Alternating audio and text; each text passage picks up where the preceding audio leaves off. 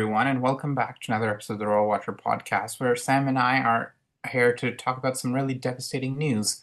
Whereas this week, nine pieces from the priceless French crown jewels on display in the Apollo Gallery at the Louvre have been dramatically stolen by masked robbers and are still at large at this point. Yeah, I mean, I know there's more devastating things going on in the world, but this is really, it's a tragedy for the historical and the jewelry community. So, yeah, this is a shock to say the least. Oh, it definitely is. I think, especially the fact that these jewels were in one of the, if not the most famous museum in the world, and had such a varied and storied history. And as we'll talk about in a bit, the collection had been torn apart and stolen and brought back together. So the fact that they are again kind of their futures on the line, that is really devastating at a time where we thought that they would be safe in the cultural heritage of France and I think in general the world and all the people that wore these and traded them and bought them that represented. So it's a loss for, I think, history and culture and the wider kind of general feeling we had towards that. Yeah, and I just for people of a nervous disposition, I'm going to try not to swear, but I might swear. So just warning you now. Yes, so I think let's start with the next slide and just talk a bit about the gallery, where the jewels were displayed, the Galerie d'Apollon, the Apollo Gallery. It was created for Louis XIV by Charles Le Brun in 1661. And it basically is served as the model for the Hall of Mirrors in Versailles. That's why it does look so familiar. But I like the Hall of Mirrors. This was not completed for almost 2 centuries. So they have the original plans, and it took until 1851, after a series of revolutions and new kings and emperors, to finally finish this. And the remaining French crown jewels, which we'll talk about in a bit, they have been on display in this gallery since 1887. Yes, it's an absolutely stunning room. But the main draw was the jewels. And when you do walk into this, cavernous, beautifully decorated room, it does dawn on you how little is left, or is now left, of the royal Even jewels less of than that. France.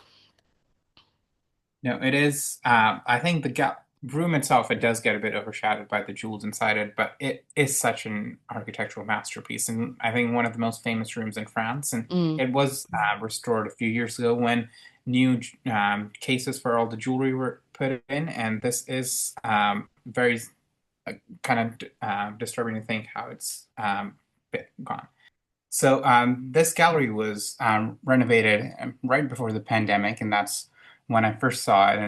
And at that point, they updated the jewelry cases to be more secure and have, I think the way they described it was more in touch with modern issues and to be more uh, protect the jewels and display them in a better way. But as you've seen, they were not effective at all.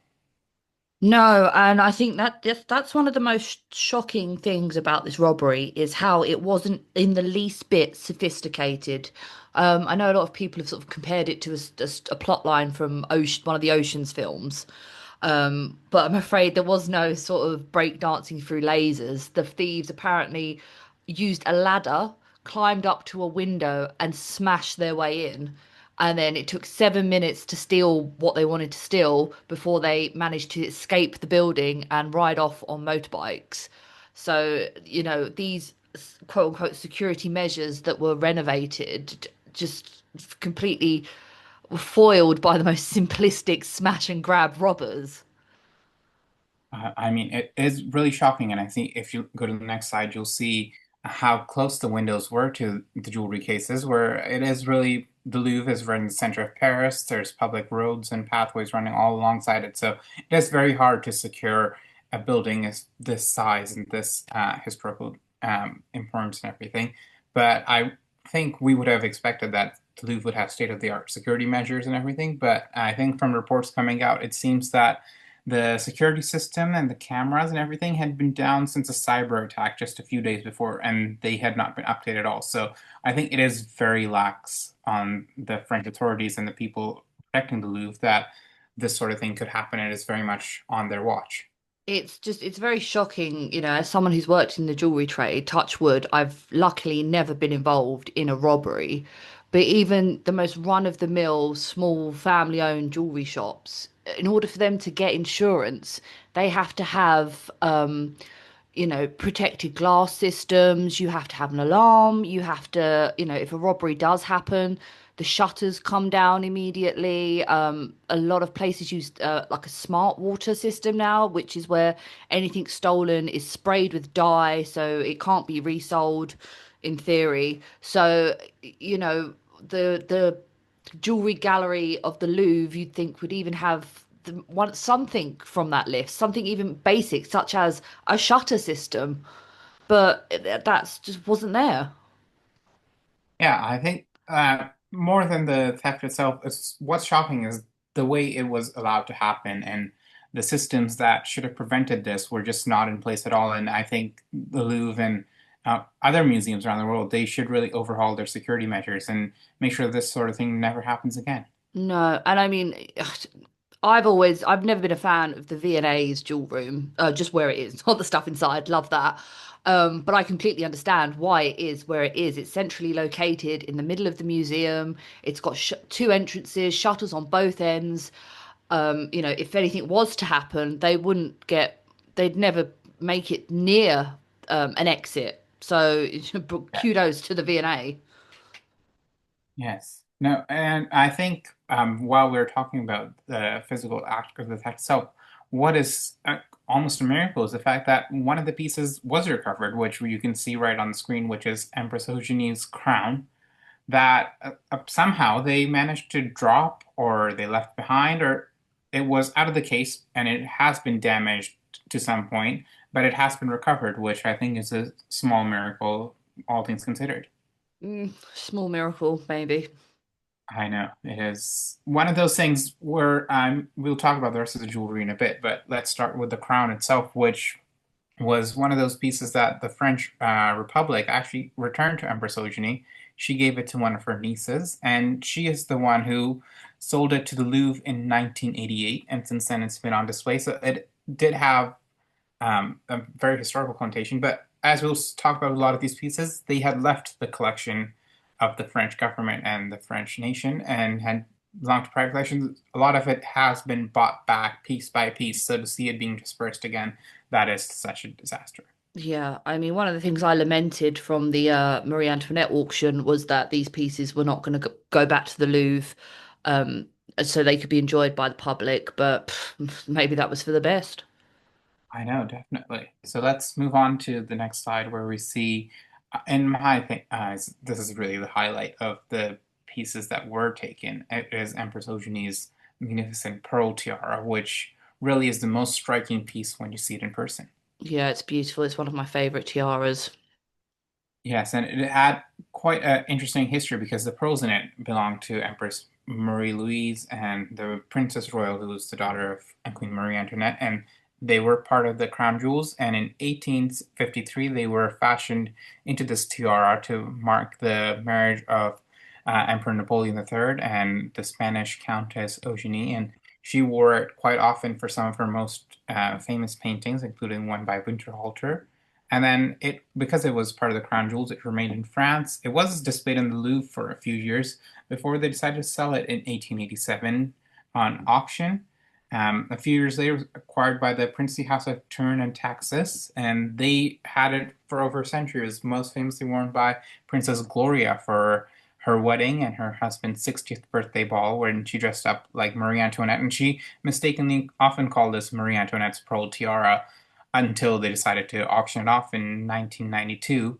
And then it was confirmed that it's Empress Eugenie's, and since then it's been in the Louvre, and it's really one of the highlights of the collection. And such a, well, was a magnificent piece. If you, like you And said, the pearls came from the Ancien regime. Was, the tiara itself is crafted in the fashion of the Third Empire. And yeah, now I don't even want to think. hopefully still exists.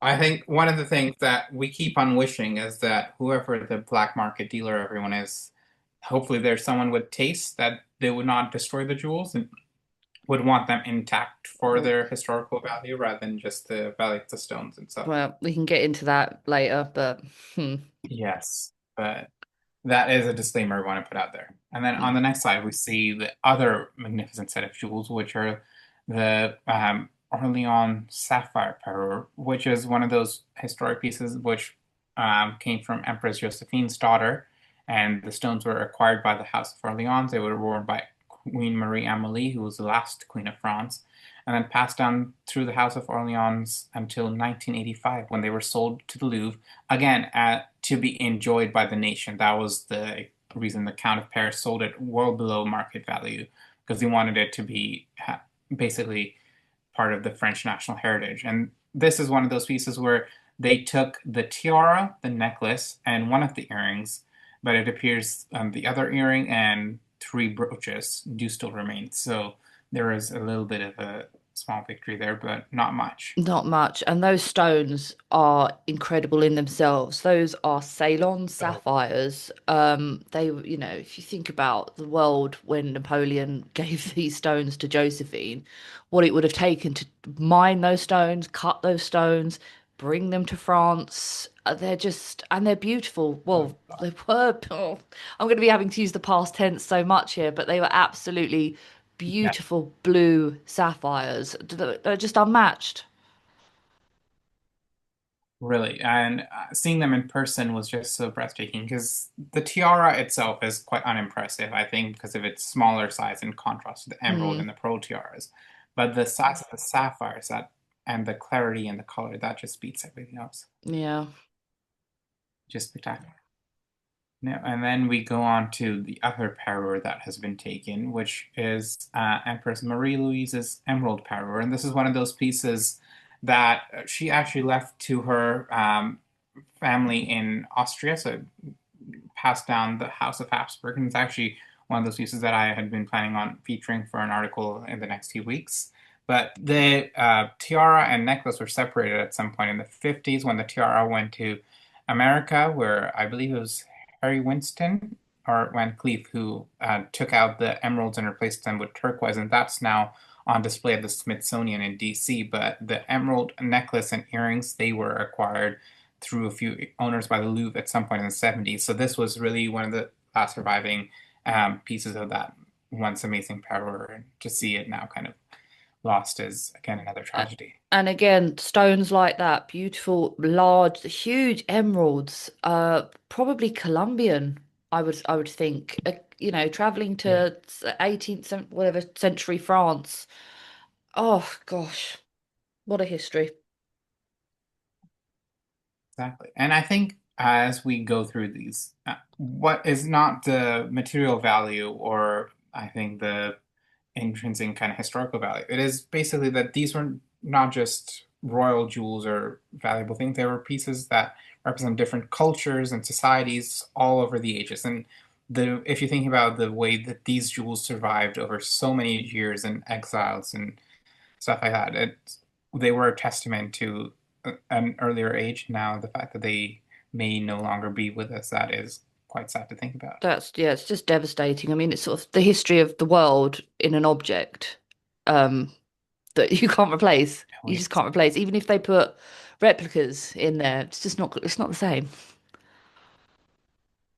exactly. No, I totally agree. And then we move on to the next bit where we see what is my favorite jewel among the crown pieces in the Louvre, which was Empress Eugenie's magnificent diamond bow brooch, which is really the most spectacular piece when you see it in person. And the diamonds it was always set in a way where the diamonds would be moving, so you could see the different glimmer of light and each facet catching light, which was really the most extraordinary thing to see. And this piece was apparently acquired for Caroline Astor at the 1887 auction, and then it belonged to the Countess Beauchamp for almost a century before it somehow passed through various owners in the 80s and 90s, and eventually entered the Louvre only in 2008, so quite a relatively recent acquisition, and it had been on display right with the other jewels of Empress Eugenie, like the pearl tiara, the crown, and the next piece we'll discuss. But this is, in my opinion, this was the most magnificent of those jewels, aside from the tiaras. I mean, it's so beautiful, and again, just tells such an amazing story of civilization to pass from, a dying empire in France to new money asters in America, and then to return to where it was supposed to be seen. And now, does this theft symbolize a new age of just I'm not gonna swear? You know what I mean? It's like it's so symbolic of where we're going with art and culture.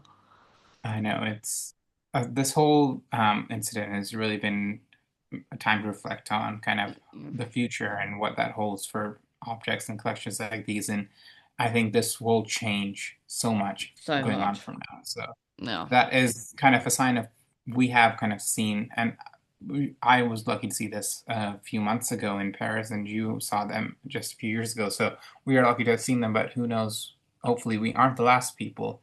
But it does make one wonder how much we kind of take these sorts of collections and museums for granted, and things may change very soon. And then from here, we move on to the last piece that was taken, which is this magnificent diamond stomacher, which belonged to Empress Eugenie. And this contained two of the Mazarin diamonds, which were bequeathed by the cardinal to the King of France in the 1660s, I believe.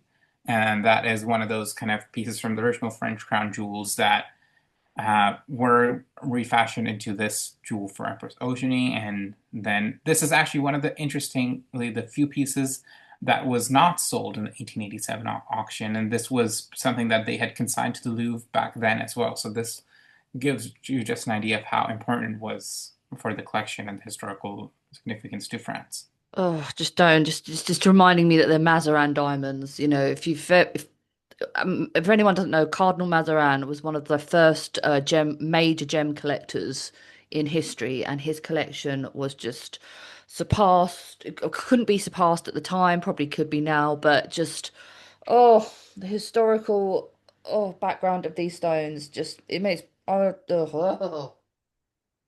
sorry. This episode is a test in our patience. It's fast. It's testing my language. I know. I know. And then we're on to the last slide where we just reflect on kind of what a loss this is. Oh, I mean, where do you start? It's just like the you know the French royal family for and up until the 1789 revolution were the tastemakers of Europe. Everyone sent their servants there to be trained. Everyone copied their fashions. Pains me to say this as a British person, but French jewelers are the best. They were the best then, they're the best now. After the French Revolution, the splendor of Versailles was all right, maybe rightly dispersed and used to feed the people, but it the collection was dispersed in such a way that they couldn't get it back. I mean, the Hope diamond is supposed to be was owned by the French kings. Marie Antoinette's jewels, I mean, most of them disappeared. Thankfully, some of them went to her daughter eventually, and that's where we got the collection from the Bourbon Parma auction that happened a few years ago. Yes. And then you think about the Napoleonic jewels. I mean, luckily, a lot of them are now with Josephine's descendants in Sweden and Denmark, and some in Norway. But Napoleon the Third's collection, Empress Eugenie had went was at pains to try and rebuild the French jewel collection, where it was all dispersed in the 1887 auction, with most of it going to America and most of it being seen on the new money families of the robber barons. And, like we said, piece by piece, they were slowly returning to the Louvre because they are were cultural representations of the skills of the artisans and the craftsmanship that France produced. And, like I said, with the recent Marie Antoinette auctions, and even the Angousty negligee that was purported to be from the French crown jewels, I always lamented that they weren't bought by museums, but this robbery just highlights just I can't understand. Just as someone who works in a jeweler's, one of the first things you're taught is what to do if a robbery happens. Touch wood, I've never been involved in one. But it's just like I say, there was no sophistication to this robbery. I don't understand how. And that's the other thing. If anyone's ever been to France, you walk around the Louvre, you walk around the Tuileries, there are armed police everywhere, carrying machine guns. How were these robbers not stopped? How was in 7 minutes the alarm was not raised? And the whole of Paris should have been shut down. I can't fathom it. Ran over, It's really sorry. shocking. Yeah. No, it is really shocking, especially when you think of the way they try to secure the Mona Lisa, which is only a few hundred meters away from here, and the kind of lengths to go to keep that secure. But all these priceless treasures were left unguarded, in a sense, and were allowed to be taken in broad daylight by unarmed men. That is what is so shocking in this day and age. It's unfathomable. And obviously, everyone, as we said, we would talk about, people are like, well, why have they been stolen? Sadly, there is an enormous black market in the elites, and I'm talking people you've never even heard of, for stolen jewels. I mean, there was a terrible robbery a couple of years ago in England where a gold rosary that had been owned by Mary Queen of Scots and was with her when she was executed was stolen from a stately home. Now, you might think, oh, who would break in the night and steal, a couple of grams worth of gold? No, unfortunately, there is a large market for stolen goods, important historical stolen jewels.